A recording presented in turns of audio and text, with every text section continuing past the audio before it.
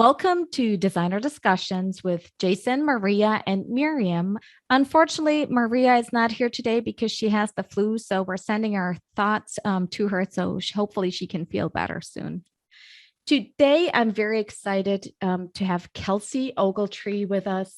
She is an independent journalist and covers design, food, and travel for outlets from the Wall Street Journal to Condé Nast Traveler, Southern Living, and many other ones. Aside from that, she's also the founder of Pitchcraft, which is a membership community that teaches you how to pitch and build relationships with freelance writers. And her audience is mostly PR professionals like me. And I've already learned a lot from Kelsey, so I'm excited to have her here so we can chat a little bit about what a freelance writer is and how we can work with writers to get PR coverage. Welcome to the Designer Discussions podcast. Tune in each week where we discuss marketing, branding, PR, and business advice for design professionals. So that being said, welcome, Kelsey. Thank you so much. I'm glad to be here. Yes. So let's dive right in. I've been in PR for a very long time, right? And I remember 10, 15, 20 years ago, however many years it's been, there didn't used to be as many freelance writers as there are today. And I think the media landscape has shifted quite dramatically in that all the media outlets, especially the magazines, also, they have fewer and fewer people on staff, which means they don't really have the personnel to get all the content written that they need to publish.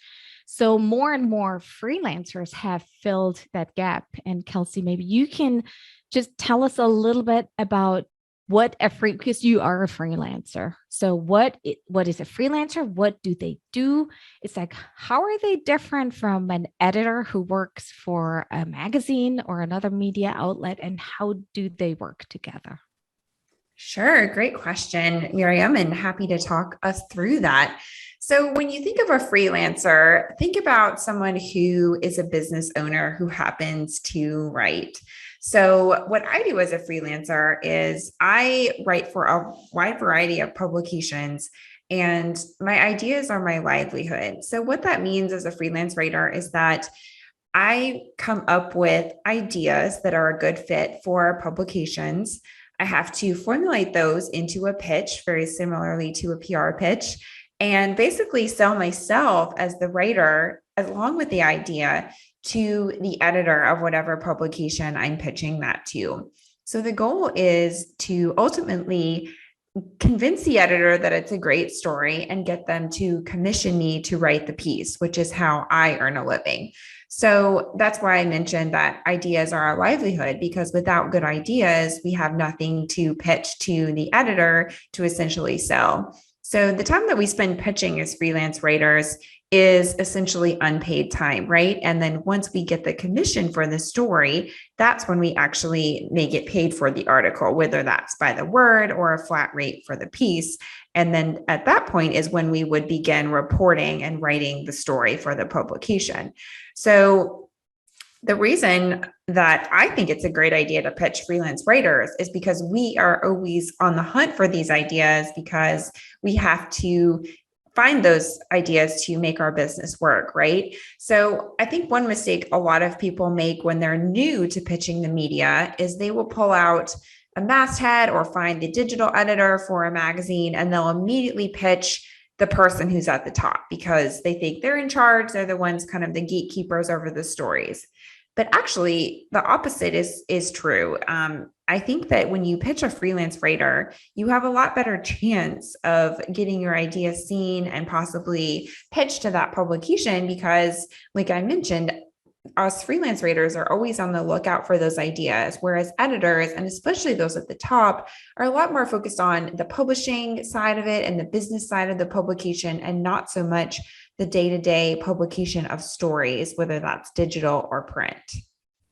That was a great explanation. Thank you so much. And I think it's so interesting, and you're exactly right. It's like, I think most people, even PR people for that matter, when they think about pitching, they always want to go pitch the magazine directly. And whereas in some cases, obviously that makes sense.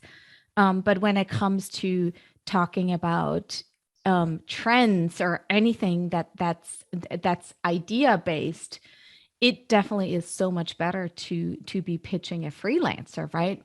I think where people get hung up is like, well, how do you know which freelancer contributes to what publication, right? And it's something I also teach the interior designers that I work with in my membership. But if you want to give me your best take on how you can find the right freelancer to pitch for a certain topic or who contributes to a certain media outlet, I'd love to hear it. Sure. And I will start by saying it's not as hard as it might sound to find freelance writers, because there are many, many of us. And especially during the past 2 years throughout the pandemic, I've witnessed, being in media, a huge exodus of very talented editors leaving their posts to go freelance. And, a lot of publications have reduced their number of print issues or refocused on digital efforts and condensed their staff a little bit. So we're definitely seeing more freelance bylines in publications than editors these days. Often editors are so busy with their day-to-day that they're actually doing very little writing at all. They're mostly spending their time commissioning stories to freelance writers. So that's one thing to keep in mind. And I will add really quickly too that, many freelance writers contribute to a wide variety of outlets because, to make this work as a business, like I mentioned, it's rare that you'd be able to pitch enough stories to make a decent living just writing for one publication. So one benefit to pitching a freelance writer that we haven't talked about yet is that you have the ability to build a relationship with them and possibly be covered in multiple publications. Maybe you have a project featured in one outlet and then a profile on you in another one, and maybe one of your products featured in a gift guide somewhere else. And those might all be written by the same freelance writer. So when you think about trying to find a freelance writer, the very best way to start is to just take a look at some of the publications that you're really targeting that you'd love to be featured in. So say you're looking at food and wine, for example, just start going through the stories, looking at the headlines, but more importantly, looking at the bylines of who's contributing to them. And more, the publications newly within the Dotdash Meredith umbrella are making a big effort to include bios for all of their writers. So that means that even freelance writers will have a hyperlink on their name where you can click through and read more about them. So over the past few months, all of us writers have been asked to fill out a lot of these bios, depending on the sites we're writing for, especially within that portfolio. And so you're able to find more information on the person who's writing the stories you're reading, which I think is really helpful because it gives them credibility and, it lends expertise to the publication that shows that they are commissioning stories to writers who actually know what they're talking about and not someone out there just writing about something just for the fun of it. So I would start by, going through the publications, maybe selecting 3 to start and just really making a list of the bylines that you're seeing. And then just go ahead and click on those hyperlinked names on the bylines if they have those and read more about them. Or you may want to just Google those names. You can also go search on LinkedIn. And most of us, I think, active freelance writers tend to be pretty active on LinkedIn and posting, what we're writing about. If you Google the writer, you can hopefully find they have a website. The typical format is to have, your name.com. So my website is KelseyOgletree.com. Not all freelancers have those, but the more established ones do. And that's a pretty easy way to find them. Hopefully on their website, they will have a portfolio of clips that shows what stories they've written recently or more about them and the topics they like to cover.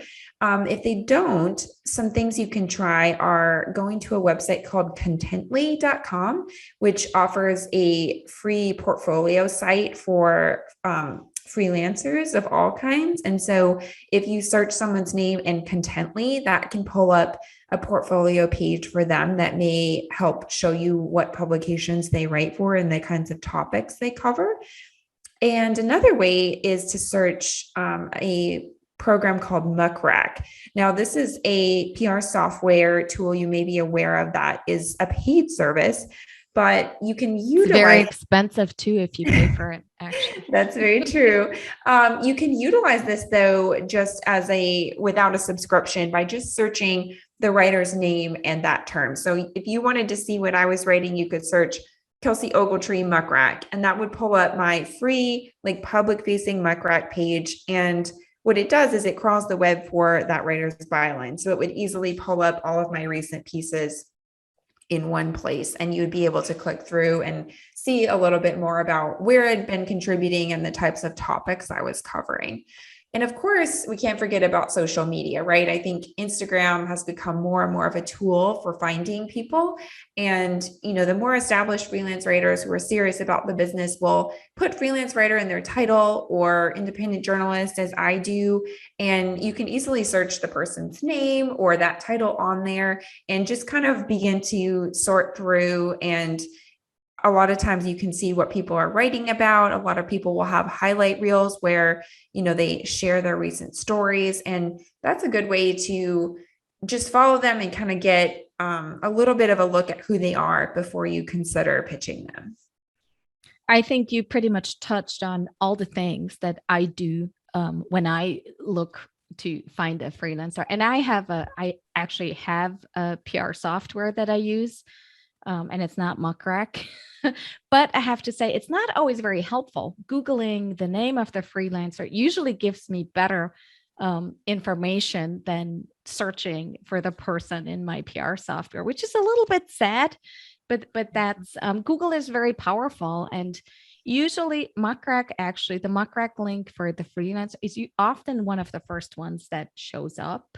Mm-hmm. What I also like to do is put in the name of the freelancer and then click on the news tab in Google. So you see more of the coverage that comes up. And I have to say, it's like if a freelancer does not have a website or any other kind of professional representation on LinkedIn, it makes me much less likely to want to pitch them because it doesn't give me the feeling that they're serious about their freelance journalist career. Yes. But most of them, it's like you say, most of them have their own websites. And even if the bio link on the publication site does not have the direct email, it's really easy to find out these days. It does. And this is a lot of information. And I will say that it's simple, but it does take a little time, but it's definitely worth it. And Kelsey, you can speak to this too, because you don't want to get pitches that are not a fit for you. So as a PR person, or even as an interior designer, if you want to pitch a freelancer, it's important that you really familiarize yourself with what the person writes about and what outlets they write about, so you can really make an informed pitch that's valuable to them. And that's how you end up building the relationship as well, as opposed to just sending something that you want to see published, but really you have to think about what are the needs of the freelancer. What types of stories do they pitch? What types of stories can they sell? And how can you collaborate with them to make that happen so you can get the coverage that you're looking for yourself or your business? Absolutely. And I think there's, I get probably close to 500 or so pitches a week. And I would say most of them that's just crazy. Yeah, I think people underestimate, people. I'm so glad you read my emails. I feel very honored. Well, sometimes it does take me a while to respond. I apologize.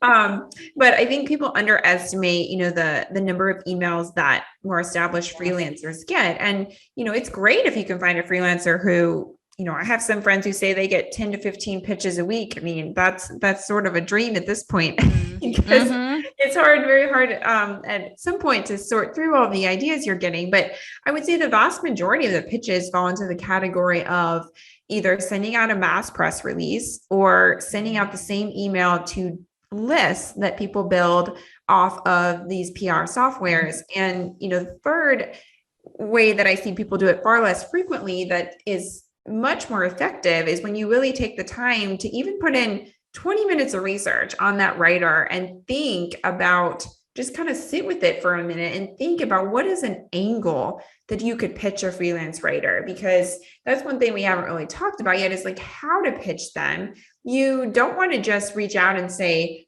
here I am, will you write about me? Or here's my company, do you want to cover it? I mean, I always say, like, just because you exist doesn't mean that's a story. And so it's all about finding an angle, right? And that's the goal of researching the freelance writer and building a relationship with them, is that you're seeing the approach to things. Because when we pitch our editors an idea, they want to be able to visualize, like, okay, what's the potential headline of this piece? Because that's really helps you determine whether what you're thinking is just an idea or a story angle. So that's one thing that I think is really helpful too. When you do decide to reach out to a freelance writer, can you visualize what you're telling them in a headline? And if you can't, I think you need to spend a little more time thinking about, like, what could be the potential story angle there. Yes, I think that's an excellent point. And I know you have very many helpful blog posts on your website, kelseyogletree.com, that people really should go check out if they want more details.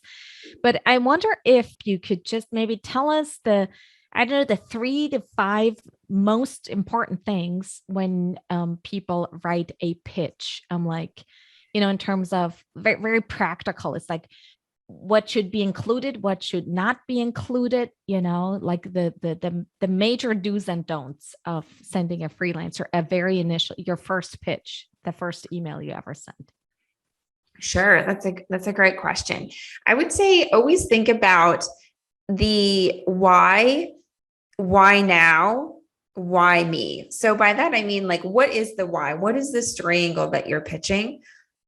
For the why now, why at this moment? What is timely about it? Is there a hook toward an event happening or an anniversary or a new product or something new coming out, a new line? Like, it doesn't have to be that something is brand new, but if you can tie it as a timely hook to something that answers that question, why now, that is really important. And especially if you're pitching digital sites that tend to be a little more, reactive to the news cycle, that's even more important. And then also, like, answer the why me question. And by that, I mean, why are you pitching this writer specifically?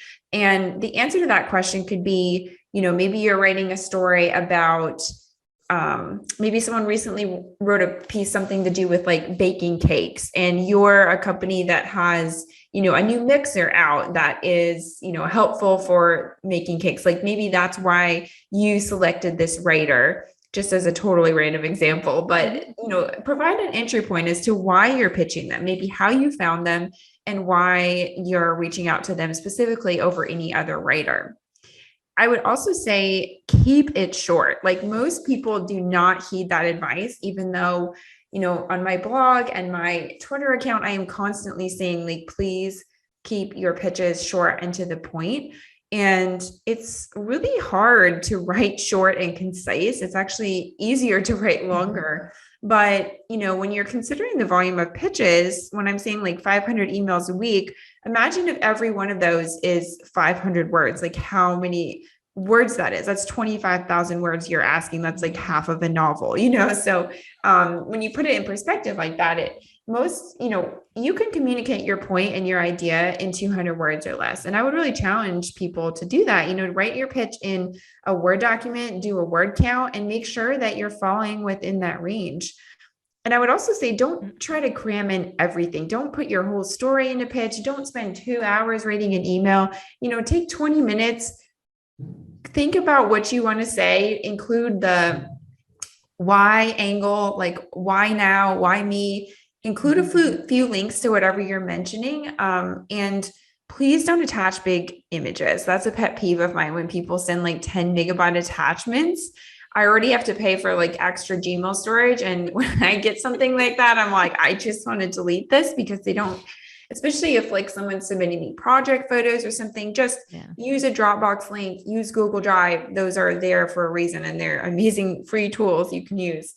But don't try to cram in everything in the first email. Like the goal of reaching out is write a catchy subject line, maybe put the writer's name in the subject line, just be like clear and to the point of why you're reaching out in the subject line. So don't use a subject line like, hi, Kelsey, or idea for you. Like be specific and use that real estate in that subject line to go to work for you and help, your pitch get noticed.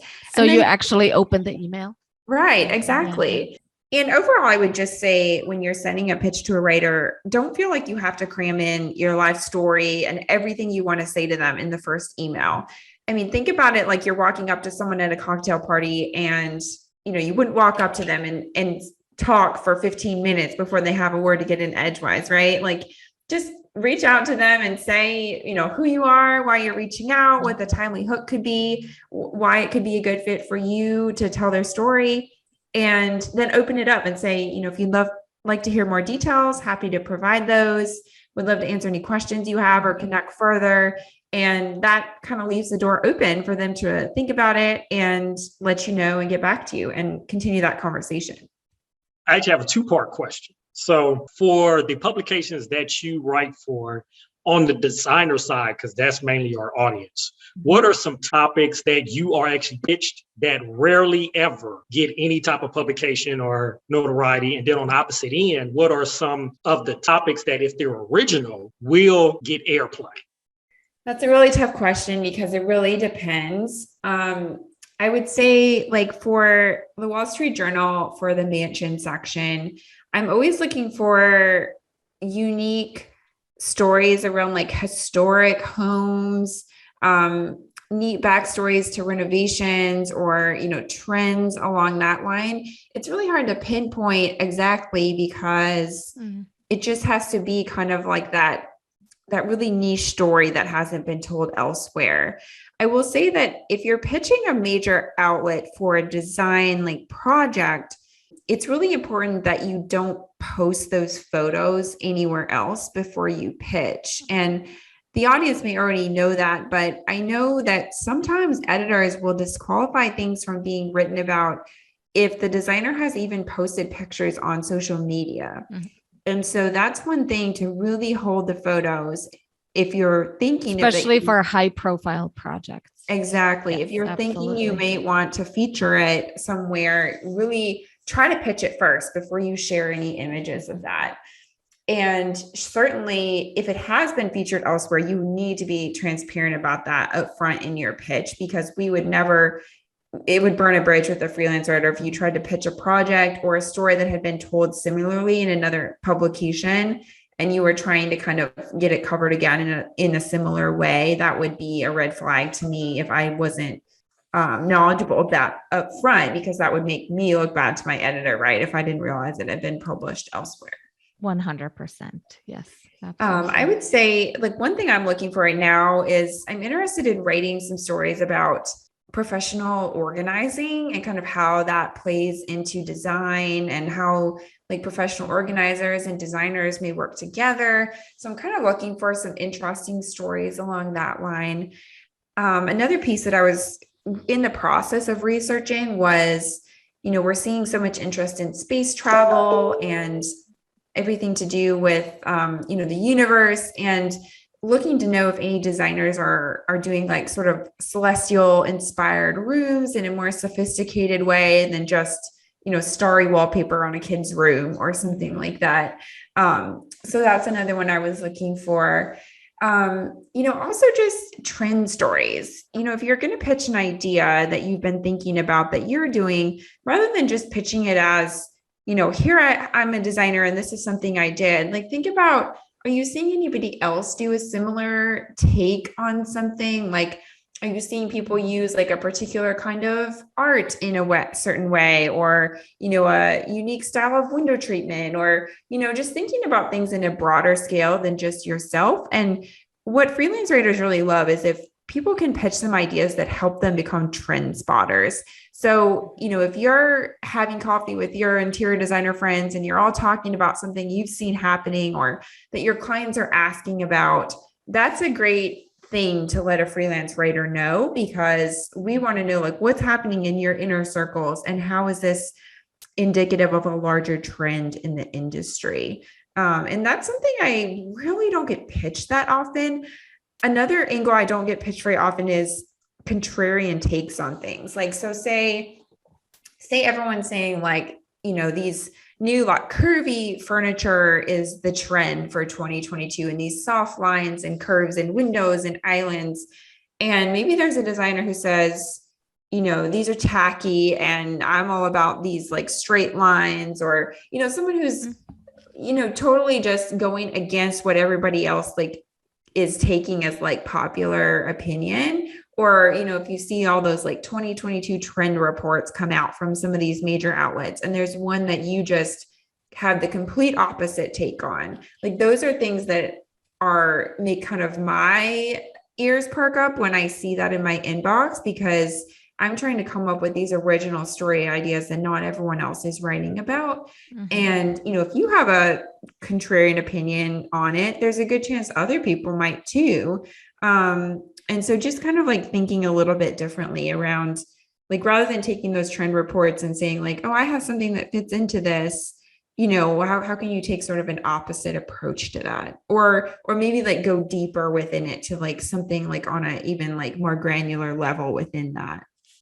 And I think those are all really interesting topics. And what I notice when I talk with interior designers is that they all talk about this all the time, but they just have to develop the awareness that those are stories, right? That other people may not be thinking about, and that can be interesting to other people and to freelance writers in particular, because I think that's what, an interior designer works with and thinks about a lot, and it's all there. It's just a matter of identifying it and then, taking 20 minutes. I love the 20-minute approach. I'm like, okay, when you write a pitch, take 20 minutes. That's it. Then it's not so intimidating, because you don't have to write the article, right? You just have to provide an idea. Yeah. And that will only be the entry point to your conversation, right? You're never going to send a 200-word pitch and instantly have a feature written about you. Like, that's not that would be so nice. Oh my God. I will say too, one other just idea I wanted to share for designers is that sometimes it works the opposite, where we have the story idea and then we need to find sources. So maybe an editor assigns me a piece about something, and then I need to find designers who have, done that thing or are part of that trend. And one thing I run into a lot is when I'm researching designers, and if I reach out to them and say, like, what's kind of your specialty, or, what's your style? And so many say like, oh, our style is whatever the client wants, or, we're something for everybody. And we do all styles depending on what our clients' needs are. We tailor it. I mean, that's great if that's your, business strategy, but it makes writers, it's really hard to find you if you don't have like any kind of specialty. So say I'm looking for, a designer who specializes in like California cool, or, mid-century modern, or like things like that. And it's just hard to Google those things. I mean, nobody has those kinds of things on their website, and everybody seems scared to like box themselves in by saying that they specialize in a particular style, but it can be really helpful. I mean, one thing you could even do is, even if you don't have a specific story idea and you're a designer, reach out to a writer that covers interior design trends, and just introduce yourself, say where you're based, because that's important, that we need to have, geographic diversity a lot in our stories. How long you've been in the business, and if you have any specialties that you focus on. And that way, even if you don't have an idea, we can keep you in mind. Like, oh, the next time I have a story on Victorian houses, like, I'll know that you specialize in that, and I can contact you and interview you as an expert for this piece. And so, just really thinking about maybe 3 to 5 areas where you feel like you are experienced and an expert on, that's really helpful because otherwise, if I have 20 designers and they all specialize in doing whatever the client wants, I have no idea who to interview for my piece. Like I need to find someone who's actually an expert in, maybe Southern architecture or, all these different kinds of things. And, being specific can be a better way to go when you're working with a freelance writer to get them to choose you for a piece. Yes, no, this is all super helpful information. And thank you for making it so actionable. I hope that everybody who's listening, goes and researches a publication to find a freelancer and sends him an email or her in 20 minutes just to introduce themselves. And I love the idea of defining 5 specialties that you focus on. I may steal that from you, actually, in the future. Sure. Perfect. Jason, do you have any other questions for Kelsey? I didn't have anything, but if our audience wants to get in contact with you, Kelsey, how do they do so? Great question. I would recommend going to my website, which is just kelseyoogletree.com. And you can get in touch with me via email on my social platforms there.